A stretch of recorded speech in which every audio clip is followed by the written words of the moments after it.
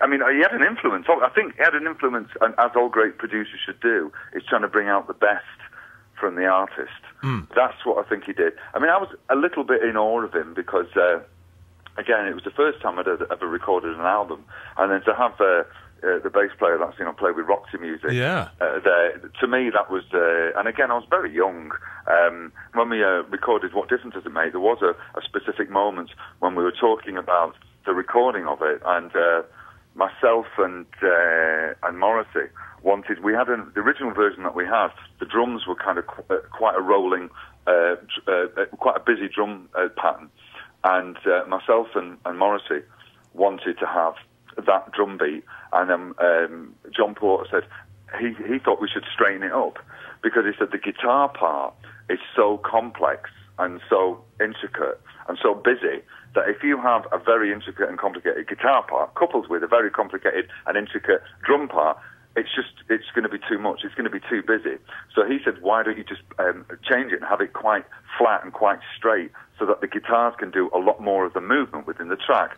And I remember me and Morrissey looking at each other and going, no, we want to keep it how it was originally. And then John Porter, very cleverly, again, this showed the great producer that he is, he said, well, how about when you play it live, why don't you play it with the big rolling drums, and then, but on record, let's just record it as a more of a straighter version. And I thought, well, we're in a position here now where I could either say no, absolutely not, and then there's going to be some friction in the studio, or I thought, well, if this is the guy that's producing the work that we're doing, then okay, we'll give him the benefit of the doubt and see what he comes up with. And it was a masterstroke because it turned out fantastic, the recorded version of it.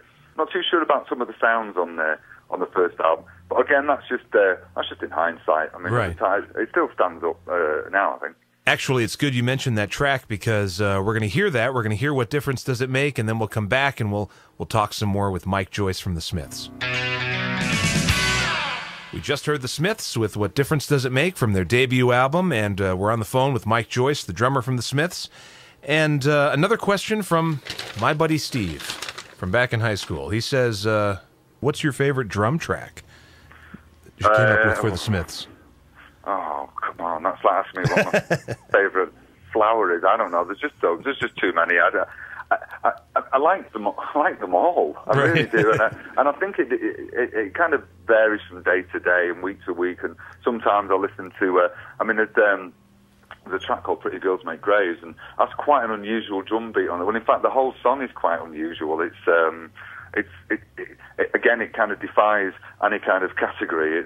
It's just a typical Smith song that what we came up with, and what I've played is what I decided to play. It sounds a bit odd because it's not wrong, but it's not something that a lot of players, a lot of drummers would play. But that's what makes it kind of move and it makes it kind of quite interesting. And you can say that about a lot of tracks that I've drummed on.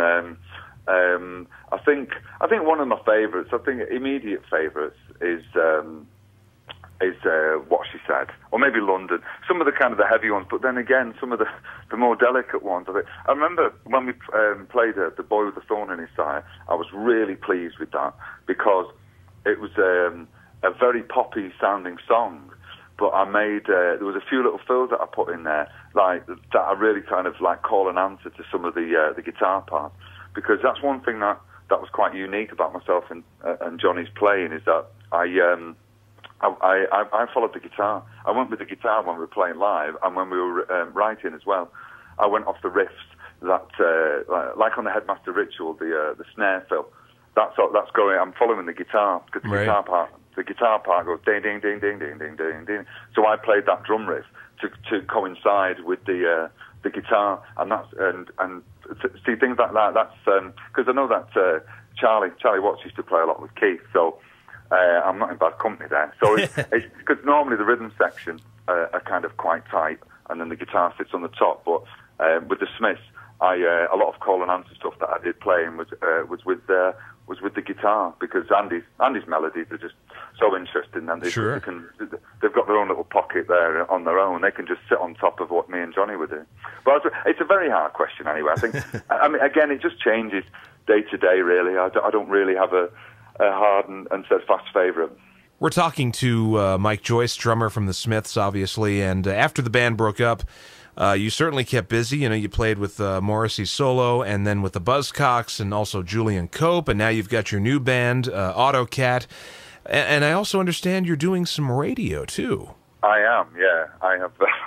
Well, it's funny you should say that, because about 2 weeks ago, the station has been bought, so we have a new owner, and the great thing about the show that I had is a show called Alternative Therapy, and every Sunday between 4 and 7, I'd go into this radio station, and for the 3 hours, I got to choose the 3 hours of music each week, so I had a complete control over what was played in those 3 hours.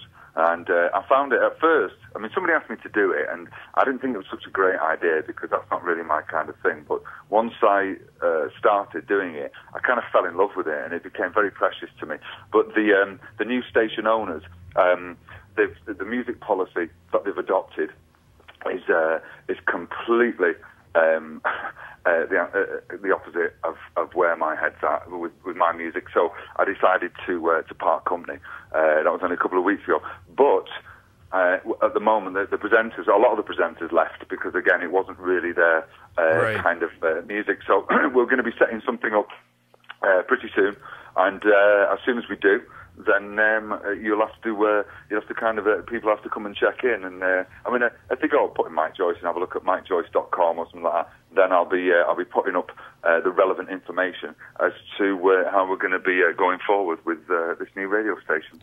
So, in essence, the show is going to continue. We're not really sure exactly where it's going to continue. That's exactly right. I mean, there's a station that I might go to just as a stopgap for the short period, hopefully short period, until we get something set up here. I think it might be internet-based, because it seems, because one of the problems that I had at the old station is that it wasn't internet-based. So I'd put my playlist up on my MySpace. Right. And people could see the kind of things I was getting, but they weren't unable to get it, unfortunately, in the US.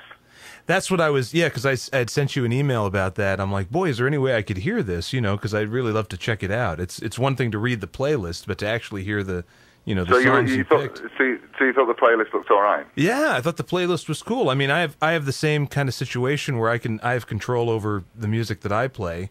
Yeah. And there's nothing better than that. Really. Well then, so why can't I do a one-off special for the station then? Yeah. Why not? Yeah. Sure. Okay, well, I'm inviting myself here. Yeah, that's you volunteer yourself. That's fine. You want to do the Mike Joyce review or something. Or what's the name of your show again? It was called Alternative Therapy, and originally, it was meant to be it's not alternative as in kind of punk rock and spitting at people. It was just meant to be an alternative look at the kind of music, because there's a lot of great Manchester music around at the moment as well that I think definitely needs to be heard. And I'd incorporate that into the program every week, as well as just records that I think people should be listening to from the past and the present. Excellent. Yeah, no, we'd love to set something up. That'd be a lot of fun. Okay. I'll hold you to that. Yeah, sure. Go right ahead. Thanks, Mike, and have a good time at the studio tonight.